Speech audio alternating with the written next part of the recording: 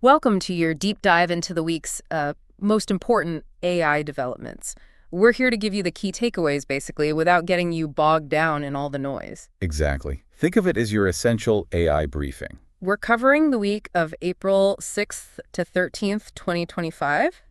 And yeah, quite a bit happened. Absolutely. We've gone through, the news, the analyses, trying to connect the dots for you. So let's just jump right in. First up, something that feels pretty, well, a foundational energy consumption. There's a new report. Oh, yeah, I saw that. It's projecting a fourfold increase in energy use just from AI data centers by 2030. Fourfold.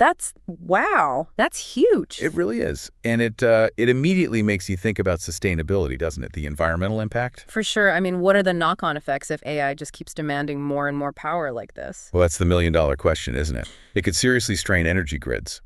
But, it might also push innovation. How so? Like forcing the development of more efficient tech? Precisely. We could see a real acceleration in energy-efficient AI chips, maybe even faster adoption of renewables to power these centers because, well, it becomes economically necessary too. Makes sense. But it's not just about the tech, right? There's an equity angle too. Definitely. If running powerful AI gets super energy intensive and therefore expensive, who gets left behind? Does it create sort of an AI divide? A really important point. Okay, so linked to these big resource questions is often regulation, and it sounds like things are moving fast on that front too, Europe and the US. Yes, big moves. The EU's AI Act is now officially enacted. It's pretty comprehensive stuff. Okay, comprehensive how? What does it actually do? Well, it sets specific rules for foundation models, the big guys underpinning everything, and it bans certain high-risk applications outright. Bans them? Like what? Things like biometric categorization based on sensitive stuff like race or beliefs, also untargeted facial scraping from the web, emotion recognition at work, social scoring, that kind of thing. Wow, okay, so they're drawing some hard lines. Are there teeth to this? Penalties? Oh yeah, big ones. We're talking fines up to 35 million euros or, get this, 7% of global turnover, whichever is higher. 7%. Okay, that will definitely get companies' attention if they operate in Europe. You bet. It forces them to really think about the AI they deploy there. And what about across the pond? The US sounds like they're also tightening things up. Yeah, the signals are there. Maybe not a full act like the EU yet, but definitely movement towards stricter oversight. Talk of potential restrictions. Restrictions on what specifically? On training really powerful open source models, maybe above a certain capability level, and possibly even controls on the actual AI hardware itself. Controlling the hardware, that sounds significant. Like export controls almost. Kind of along those lines, yeah. Maybe limiting international sharing of the most advanced stuff, needing security checks before deployment. But wouldn't that kind of stifle the open development model that's driving so much progress? What's the trade-off there? That's exactly the debate, security versus innovation. More control might reduce risks, sure, but it could also slow things down, maybe concentrate power even more with the big players who can handle the red tape. It's a tricky balance. Definitely one to watch. Okay, let's shift gears from rules to the tech itself. Generative AI for video seems to be taking a leap. Yes, this is pretty cool. Runway announced a new model. And the big thing is, it's much better at keeping characters and scenes consistent. Consistency. That's been the Achilles heel, hasn't it? You generate a video and the person's shirt changes color halfway through or they look slightly different. Exactly. That lack of coherence was a real barrier. This improvement, it could really unlock things for creative industries, filmmaking, ads, you name it. It starts to feel more like a reliable tool, less like a unpredictable experiment. Right. But there's always a but, isn't there? Well, yeah. As it gets better, more realistic, more coherent, the concerns about deepfakes and misinformation get stronger too, right? Absolutely. Making convincing fake video gets easier. Authenticity becomes even harder to verify. It's the double-edged sword of progress, I suppose. We need better detection alongside better generation. So true. Now, speaking of generation, the big foundation models, the race seems to be heating up even more there. Google versus OpenAI. Yeah, some reports are suggesting Google's latest Gemini 2.5 Pro might actually be outperforming OpenAI's current top models in some areas. Really? That's interesting. OpenAI's sort of had the perception crown for a while. What would a shift like that mean? Well, more intense competition, for one, which usually speeds up innovation overall. It could also change, which platform developers flock to. Keeps everyone on their toes. And OpenAI isn't standing still, are there? GPT 4.1 is rumored? Not at all. Yep, GPT 4.1 is apparently in the works. It just shows this relentless cycle of iteration. They release something, the competitor responds, they update again. What improvements might we expect from a 4.1? Any guesses? The usual suspects probably. Better reasoning maybe, more accuracy, hopefully more efficiency, perhaps better handling of different data types, that multimodal push. Always pushing the boundaries. But it's not just the giants anymore, is it? Open source seems to be having a real moment. Oh, absolutely. Huge week for open source. Meta AI drops their Llama 4 family. Llama 4, what's the headline there? Well, a few things. They're natively multimodal, text and images together from the start. They use that mixture of experts approach for efficiency. But the really eye-popping thing, one model, Llama 4 Scout, has a 10 million token context window. 10 million tokens. That's massive. What does that even let you do? I mean, think about feeding it entire books, huge code bases, super long conversations, and it can keep it all in mind. It's potentially revolutionary for research analysis, complex coding tasks, just understanding really long-form content. Wow, and Meta's saying these are competitive with the closed models. That's the claim, which is a massive boost for the open source world, and they weren't alone this week. Great, Mistral AI too. Yep, Mistral released Small 3.1, and again, reports say it's punching above its weight-beating models like Google's Llama 3, even OpenAI's GPT-4o Mini on some tasks.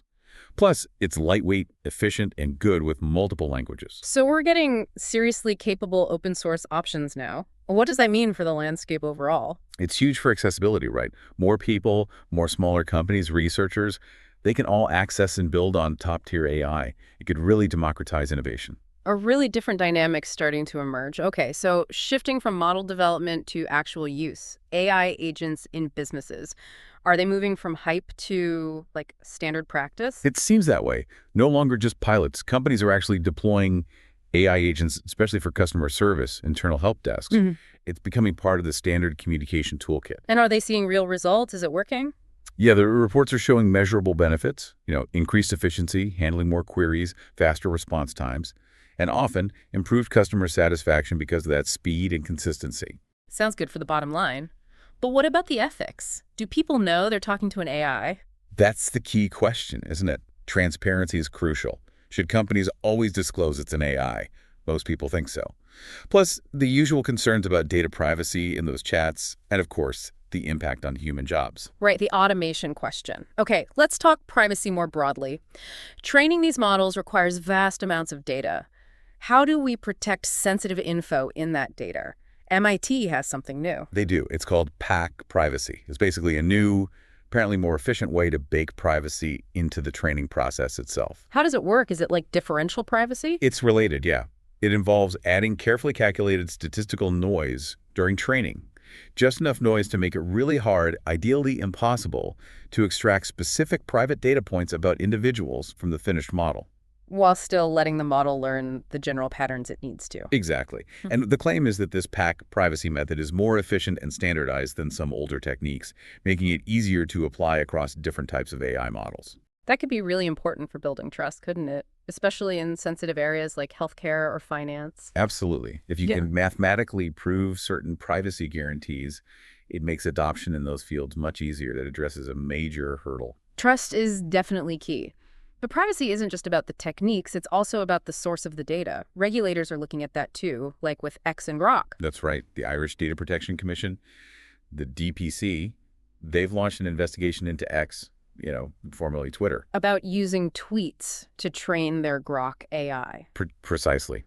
Specifically using public posts from European users. The DPC is looking into whether X had a valid legal basis under GDPR to process that personal data for AI training. Ah, GDPR. So this gets to that tricky area of what publicly available data can actually be used for, especially personal data. Exactly. Just because something is public doesn't necessarily mean it's fair game for any purpose under GDPR.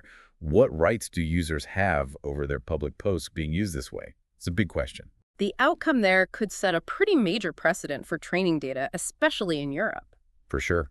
It could really impact how companies gather data for AI models. Okay, on a slightly different regulatory note, but more positive for Google, they got a government seal of approval, FedRAMP. Yeah, Google's Gemini in Workspace and their Vertex AI platform achieved FedRAMP High authorization.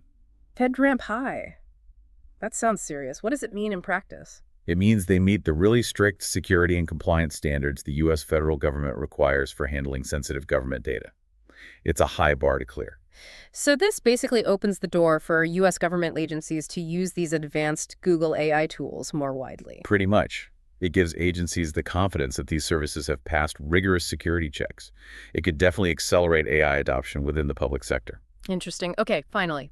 We can't talk about AI without mentioning the drama. The legal battles seem to be ongoing. OpenAI and Elon Musk. Yep, still going. OpenAI has now countersued Elon Musk. Countersued. What are they alleging? They're basically accusing Musk of harassment and trying to undermine them unfairly, partly to benefit his own AI company, xAI.